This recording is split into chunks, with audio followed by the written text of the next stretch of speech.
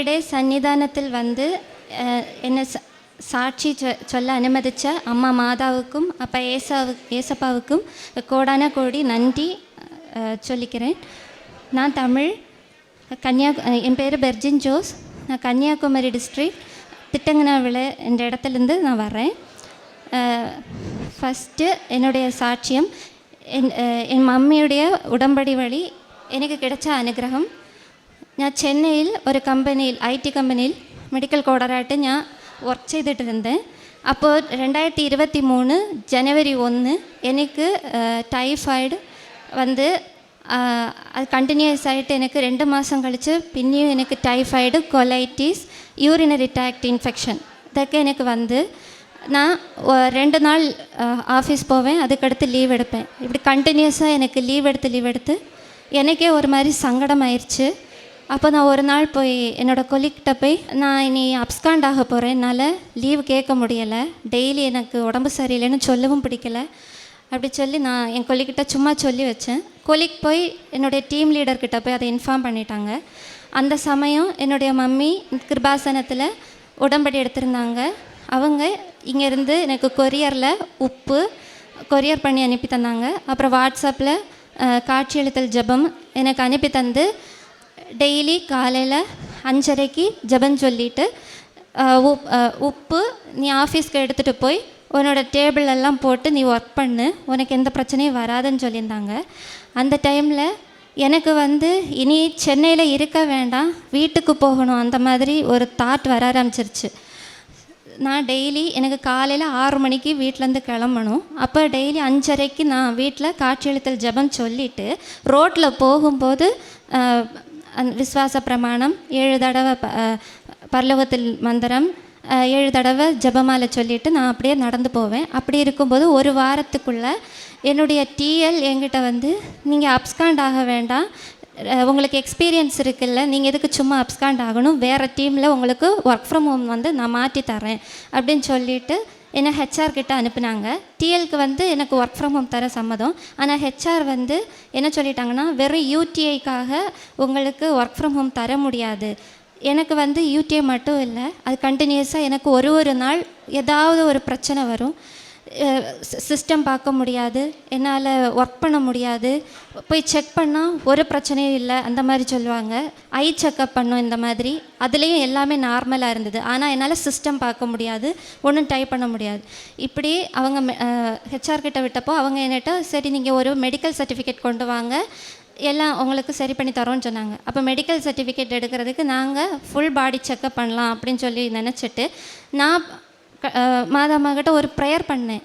என்னென்னா, எனக்கு அந்த மெடிக்கல் சர்டிஃபிகேட் வேணும், நான் வீட்டுக்கு போகணும், நான் இனிமேல் சென்னையில் இருக்கலை. அப்போ எனக்கு நீங்கள் நான் எடுக்கிற மெடிக்கல் செக்கப்பில் எனக்கு ஏதாவது ஒரு நோய் காட்டணும், நீங்கள் நோய் காட்டிட்டு நான் ஆஃபீஸில் கொடுப்பேன், சர்டிஃபிகேட் ஆஃபீஸில் கொடுப்பேன்.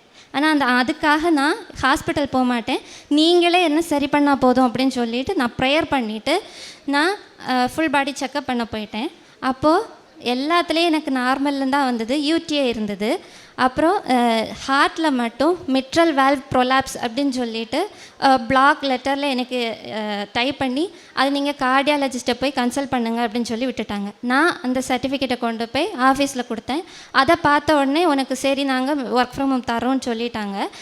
கார்டியாலஜிஸ்ட்டை போய் காட்டி எனக்கு ECG எடுத்து பார்த்தப்போ எனக்கு ஹார்ட்டில் ஒரு பிரச்சனையும் இல்லை. அப்படி வேறு டீமில் மாற்றினதுக்கு பிறகும் அவங்க நீ வந்து 1 மந்த் இங்கே தான் கண்டினியூ பண்ணணும், 1 மந்த் ட்ரைனிங் முடிச்சுட்டு நீ வீட்டுக்கு போனால் போதும்னு சொன்னாங்க. ஆனால் எனக்கு வந்து காமன் டாய்லெட் யூஸ் பண்ண முடியாது, அதே எனக்கு மனசில் கொஞ்சம் இதாக இருந்தது. ஸோ அப்படி நினச்சிக்கிட்டு இருந்தப்பயே திடீர்னு ஆஃபீஸில் இருக்கும்போது எனக்கு ஒரு பயங்கரமாக நெஞ்சு வலியும் தலை சுற்றி மயக்கம் போட்டு விழ போயிட்டேன். அப்போது எல்லா TL என்னை வந்து பிடிச்சி நீ மண்டேலேருந்தே ஒர்க் ஃப்ரம் ஹோம் எடுத்துக்கோ அப்படின்னு சொல்லி என்னை விட்டுட்டாங்க. நான் இங்கே வந்துட்டேன். இதுதான் என்னோடய ஃபஸ்ட்டு அனுபவம். எனக்கு ஒரு நோயுமே இல்லை, ஆனால் மாதாமா நான் ஆசைப்பட்ட மாதிரி என்னை வீட்டுக்கு கொண்டு வந்து விட்டுட்டாங்க. அதுக்கடுத்து நான் அக்டோபர் 2, 2023 இங்கே வந்து உடம்படி எடுத்தேன். எனக்கு வந்து 1 இயராக கான்ஸ்டிபேஷன் இருந்தது. அது கான்ஸ்டிபேஷன்னா என்னால் டாய்லெட் போய் என்னால் மோஷன் போக முடியாது. 1 ஹவர் நான் டாய்லெட்டில் உட்காந்து அழுவேன். அதுக்கப்புறம் வந்து உட்காந்து வேலை பார்க்கணும், சேரில் உட்கார முடியாது, படுக்க முடியாது, பயங்கர வேதனையாக இருக்கும், அழுதுகிட்டே இருப்பேன். அப்படி ஃபஸ்ட் இங்கே வந்து நான் புதுப்பிச்சதுக்கு பிறகு நான் ஒரு நாள் கனவில் ஜோசப் அச்சனை கனவு கண்டேன். கரைஞ்சு பிரார்த்திக்கணும் அப்படின்னு சொல்கிற மாதிரி எனக்கு அந்த கனவு வந்தது. நான் டெய்லி மாதாவோட வெஞ்சரிச்ச உப்பு, தைலம், தேன் எல்லாம் தண்ணியில் போட்டு விஸ்வாச பிரமாணம் சொல்லி குடிப்பேன். அடி வயிற்றில் தைலம் பூசி பிரார்த்திப்பேன். அப்போது ஒரு தவசம் நான் தியானம் பார்த்துக்கிட்டு இருக்கும்போது நல்லா கரைஞ்சி ப்ரேயர் பண்ணி பிற்ற தவசத்துலேருந்து எனக்கு அந்த கான்ஸ்டிபேஷன் மாதிரி எனக்கு நார்மல் மோஷனாக போக ஆரம்பிச்சிது. நான் அப்போ மாதாம்மா கிட்ட கேட்டேன், இது இன்றைக்கி நார்மலாக போகுது, இது 1 வீக் இப்படியே நார்மலாக போச்சுன்னா நான் நம்புகிறேன், நீங்கள் என்ன சரி பண்ணிட்டீங்கன்னு நான் நம்புகிறேன்னு சொன்னேன். ஆனால் அன்னையிலேருந்து இன்றைக்கி வரைக்கும் எனக்கு திரும்ப அந்த கான்ஸ்டிபேஷன் வரவே இல்லை, அந்த வலியும் எனக்கு வரல. அதுபோல் யூரினரி ட்ராக்ட் இன்ஃபெக்ஷன், இதுவும் யூரினரி ட்ராக்ட் இன்ஃபெக்ஷன், என்னால் காமன் டாய்லெட் யூஸ் பண்ண முடியாது, பயங்கர ஸ்மெல்லாக இருக்கும், எனக்கே என்ன பிடிக்காது, அந்த மாதிரி இருந்தது, இச்சிங்காக இருக்கும். நான் டெய்லி இதே மாதிரி வெஞ்சரிச்ச உப்பு, தைலம் எல்லாம் நான் தண்ணியில் கலக்கி குடிப்பேன். அடி வயிற்றில் தைலம் பூசி பிரார்த்திச்சு, உப்பும் தேய்ச்சி பிரார்த்திச்சு, எனக்கு 2வது தடவை உடம்படி புதுப்பிச்சதுக்கு பிறகு அந்த யூடிஐ எப்போ மாறுச்சுன்னு என்னால் சொல்ல தெரியல. அப்படி எனக்கு அதுவும் இன்னும் வரைக்கும் 1 வருஷம் ஆச்சு, இன்னும் எனக்கு திரும்ப யூடிஐ எனக்கு வரவே இல்லை. ഞാൻ ഇവിടെ നിന്ന് മലയാള പത്രം, തമിഴ് പത്രം മേടിച്ചിട്ട് പോയി എന്നും വിശ്വാസ പ്രമാണം ചൊല്ലി அதில் தைலம், எல்லா பத்திரத்துலேயும் தைலம் பூசி பிரார்த்திச்சுட்டு, இது யாருக்கு நான் கொடுக்கணுமோ அம்மா தான் கொடுக்கணும், நான் இல்லை கொடுக்குறதுன்னு சொல்லி ப்ரேயர் பண்ணி நாங்கள் எங்கள் வீட்டில் இருந்து பூவார் வரைக்கும் போவோம். போகிற வழியில் எத்தனை பஸ் ஸ்டாப் இருக்கோ எல்லா பஸ் ஸ்டாண்ட்லேயும் இறங்கி ஆள் கூட்டமான இடத்துல ஹிந்து, கிறிஸ்டின் யாருன்னு கூட பார்க்காம எல்லாருக்குமே நாங்கள் பத்திரம் கொடுப்போம். சில பேர் நாங்கள் எடுக்கும்போதே வாங்கிடுவாங்க, சில பேர் வாங்க மாட்டாங்க. அப்போ நான் சொல்லுவேன், நானே கிருபாசனத்தில் ஒரு பெரிய சாட்சி, இது நீங்கள் கண்டிப்பாக படிக்கணும் அப்படின்னு சொல்லி என்னோடய ரோகம் சௌக்கியமானதை நான் சொல்லி பத்திரம் எல்லாம் கொடுப்பேன். அதுக்கடுத்து அனாதை இல்லத்தில் போய் அவங்களுக்கு சாப்பாடு கொடுக்கறது, அங்கே தேவையான திங்ஸ் வாங்கி கொடுக்கறது, முதியோர் இல்லத்தில் போய் அவங்கக்கிட்ட கொஞ்சம் டைம் ஸ்பெண்ட் பண்ணுறது, இந்த மாதிரி. அப்புறம் எல்லாருக்கும் யாராவது காசு வேணும்னு கேட்டால் அவங்களுக்கு உடனே ஹெல்ப் பண்ணுவோம். டெய்லி பைபிள் வாசிப்பேன், 1 ஹவருக்கு மேலேயே வாசிப்பேன். நான் ஒரு சிஎஸ்ஐ, என்னாலும் டெய்லி ஜெபமாலை சொல்லி டெய்லி ப்ரேயர் பண்ணுவேன். குடும்ப பிரார்த்தனை, பைபிள் எல்லாமே நல்லா வாசித்து அம்மா மாதாவை இதுவரைக்கும் செய்த அனைத்து உதவிகளுக்கு கொடான கோடி நன்றி. റോമാക്കാർക്ക് എഴുതിയ ലേഖനം 8:28 ദൈവത്തെ സ്നേഹിക്കുന്നവർക്ക് അവിടുത്തെ പദ്ധതി അനുസരിച്ച് വിളിക്കപ്പെട്ടവർക്ക് സകലതും നന്മയ്ക്കായി പരിണമിപ്പിക്കുന്നു.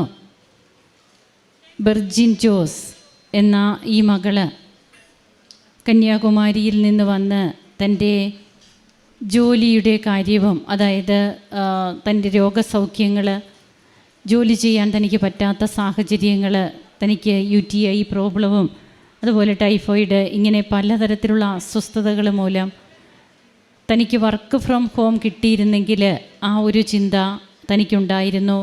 പിന്നീട് മെഡിക്കൽ ചെക്കപ്പ്, അങ്ങനെ പിന്നീട് കടന്നു പോകുന്ന ഓരോ അവസ്ഥകളുണ്ട്. ആ തടസ്സങ്ങളിലൂടെ കടന്നു പോകുമ്പോഴും അവസാനം മാനേജ്മെൻറ്റ് ഈ മകൾക്ക് വർക്ക് ഫ്രം ഹോം കൊടുക്കുന്നതും, അത് തൻ്റെ അമ്മ വന്ന് ഉടമ്പടിയെടുത്ത് അമ്മയോടൊപ്പം ഈ മകൾ പ്രാർത്ഥിക്കുമ്പോഴാണ് തനിക്ക് ആ കൃപ ലഭിക്കുന്നത്.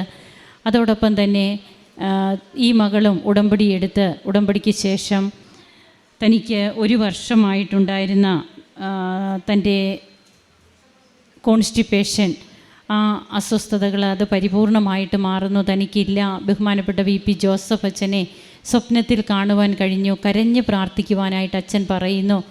താൻ ഉടമ്പടി ആരാധന കൂടുമ്പോൾ മാതാവിൻ്റെ മാധ്യസ്ഥം വിളിച്ച് അപേക്ഷിച്ചു. പിന്നീട് തനിക്ക് ഇന്ന് വരെയും തനിക്ക് ആ ഒരു പ്രോബ്ലംസ് ഉണ്ടായിട്ടില്ല.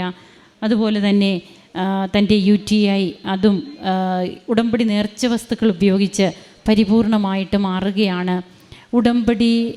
നമ്മുടെ ഉടമ്പടിയെ ദൈവം മാനിക്കുന്നവരാകണം നാം. അതിന് ഉടമ്പടി എടുക്കുന്നവർ മാത്രമായാൽ പോരാ, ഉടമ്പടി ജീവിക്കുന്നവരാകണമെന്നാണ് ബഹുമാനപ്പെട്ട VP ജോസഫ് അച്ഛൻ പറയുക. ഏത് അവസ്ഥയിലുള്ളവരാണെങ്കിലും അത് ചിലപ്പോൾ രോഗമാകാം, അല്ലെങ്കിൽ നമ്മുടെ വ്യക്തി ജീവിതത്തിലുള്ള മറ്റ് പ്രശ്നങ്ങൾ, സാമ്പത്തിക ബാധ്യതകൾ എന്തുമാകട്ടെ, ഉടമ്പടി വിശ്വസ്തയോടെ ജീവിക്കുക എന്നുള്ളത് ദൈവത്തോട് നാം ചെയ്യുന്ന വാക്ക്, അത് വാക്ക് പാലിക്കൽ തന്നെയാണ്.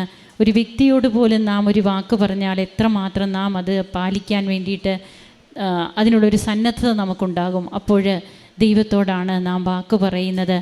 ഈ മകളുടെ ഉടമ്പടി ജീവിതത്തിൽ താനൊരു CSI ആണ്. എല്ലാ ദിവസവും ജപമാല പ്രാർത്ഥിക്കാൻ സമയമെടുക്കുന്നു. ബൈബിള് വായിക്കുന്നതിനൊക്കെ ആദ്യമേ അത്രയേറെ താല്പര്യമില്ലാതിരുന്നു. പിന്നീട് ബൈബിൾ വായന, അതുപോലെ കൃപാസന പത്രം കൊടുക്കുന്നതും കാരുണ്യ പ്രവർത്തനങ്ങൾ, അതിനൊക്കെ ആയിട്ട് എത്രമാത്രമാണ് താൻ സമയം എടുക്കുന്നത്. അങ്ങനെ